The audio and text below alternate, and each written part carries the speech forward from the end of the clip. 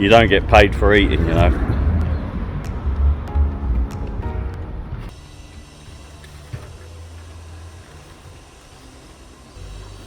Enjoyed that.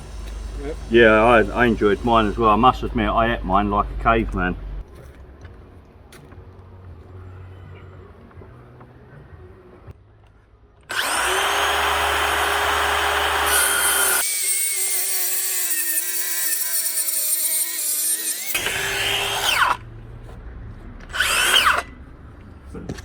Oh, we'll have a bit of dust, don't we, mate? We seem to like making it. Yeah.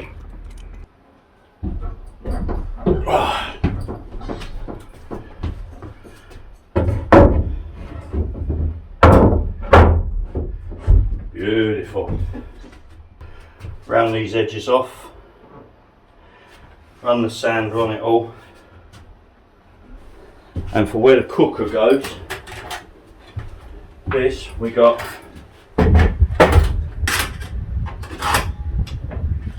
flip up, that goes there, and you press the lever at the buttons underneath and that will fold down nicely there. Right, so we've cut all the oak work surfaces, they're all in position, none of them being fixed yet, because of course we've got to fit the cooker, fit the sink, so I'll go and grab those in a bit, mate.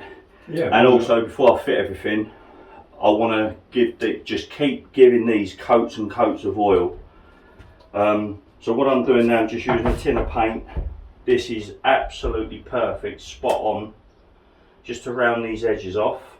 Right, everyone, I'm going to get some stickers made. I'll stick some information up about them, but yeah, I'm going to get some stickers done like everybody else does. If you ever see me when we're out and about, tap us on the shoulder, toot, whatever, and I'll give you a sticker.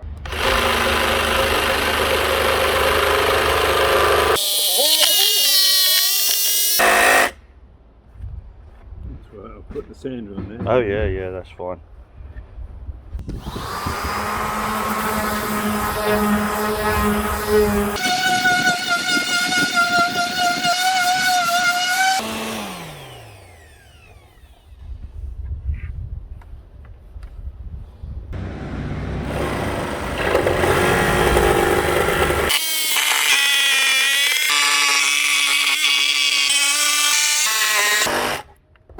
Hold on. Yep, hold on. That's it.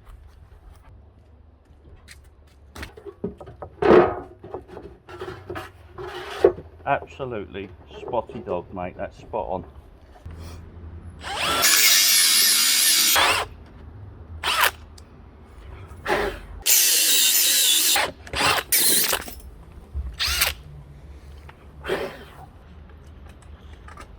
Yes, that goes in there like that. Yeah, that bit of plastic slipped out again, but we can always. What bit of plastic? The bit you put in, Oh right, yeah. we can always I'll put. that tap, mate. Well, it's got do going. it. Let's do everything round here.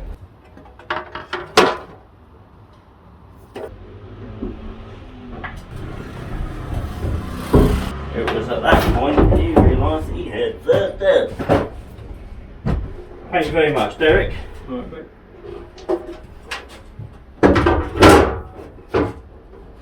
Happy days. That looks perfect, doesn't Lovely jubbly. it? That nearly looks like you know what you're doing. Oh, don't go that far. Hi guys, right. Yesterday, myself and Derek, we managed to get all the solid oak work surfaces cut and fitted to size, all sanded down, edges all rounded off. We cut the holes for the cooker, so the cooker's in place. We cut the hole for the sink, which is now in place, and the tap. They're not fixed, they're not plumbed in, because they're all coming out again, so that they can be oiled, thoroughly oiled, before everything's fitted. Also, with the work surface that I've got left over, I'm hoping, I've got to measure it all up yet, to get about a 60mm strip. I can't go any higher because I won't have enough timber left. I'm hoping to get a strip of oak around the edges just to finish it off and make it look nice and tidy. So today I'm going to concentrate on, I'm going to make a few holes with the hole saw, and I'm going to start running all the electric cables, 240, 12 volts, I've got a couple of sockets and a USB socket that I want to go here. One socket's going to be running off the inverter and the other socket's going to be off the electric hookup. Then cable running along the floor up and to the max fan. Cables to the water pump, the heater, water heater, the cable for this fan. I've got quite a lot of cabling to run, so I'm going to get cracked on with doing that. Yeah, happy days. Let's make a mess.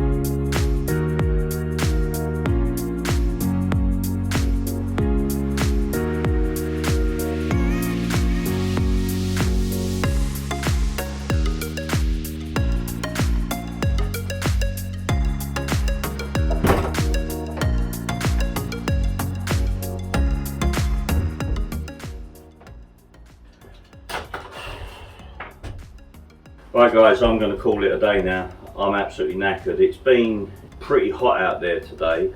I have to say it has been amazingly cool inside the van. But just before that little montage started, I was drilling a hole from the electrical cupboard through the floor to run two cables underneath to come up through the locker here around, so I can run the LED lights this side, including this Fiamma fan unit over the cooker. And I drilled straight through the rear reversing camera cables. They're so thin to work with, but fortunately I've been able to cut them, solder them together, a bit of heat shrink tubing, and they work absolutely fine. I've got the inverter controller. This is my BMW 712, the Victron battery monitor. That's where the stereo's going, of course, and I've got three switches here, just simple 2-prong rocker switches. That's going to go in front of the locker up here. I've also got two heaters going in here. I've got the diesel heater, the 5 kilowatt diesel heater, plus I've got the 2 kilowatt Propex LPG heater, the HS2000. So I'll have the thermostats for each of those up here. But the three switches, one turns the fridge on and off, one turns the LED lights on and off that's on this food prep area, the drawer area, and the other light switch is for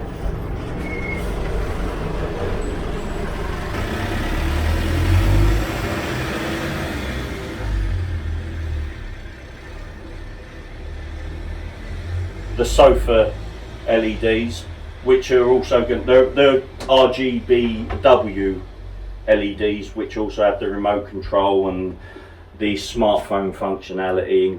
So do the rest of the lights and the awning lights, etc. But I want a switch that I can.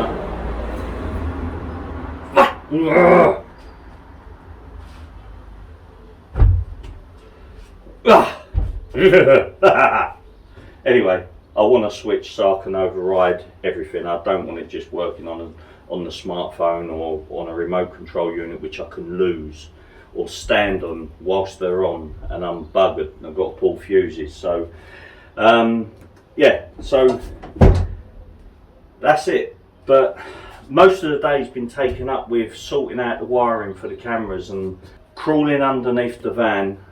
I've just gotten myself in a proper state. I'm in an absolute mess here. Seriously, this van looks like I've literally just ripped everything out. The only thing that looks tidy is the electrical cupboard. But anyway, enough waffling. Right, no, actually a little bit more waffle. I've been asked by a subscriber in the comments what's my history, background on van life. I'm going to take a seat. 1 second, going to adjust the camera. So right, what is my history on van life, in van life? About 25 years ago, when I was mid-20s, I purchased my first T4 VW. It was an ex-police vehicle, and I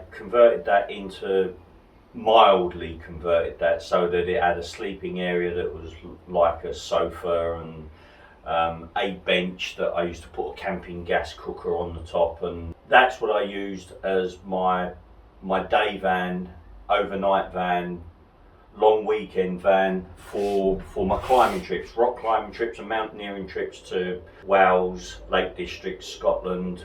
I had that for quite a few years. Absolutely loved it. It was immaculate. It was 2 litre petrol. I think it was 2 litre or 2.5 litre petrol.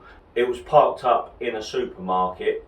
I'd come out and the whole side of it was smashed in. Checked the CCTV, but just where I happened to be parked in a car park, that area just wasn't covered. So I stuck it up for sale, got a shot of it, and I bought a new van. I think it was the Renault Traffic after that, and I converted that. That was a little bit better.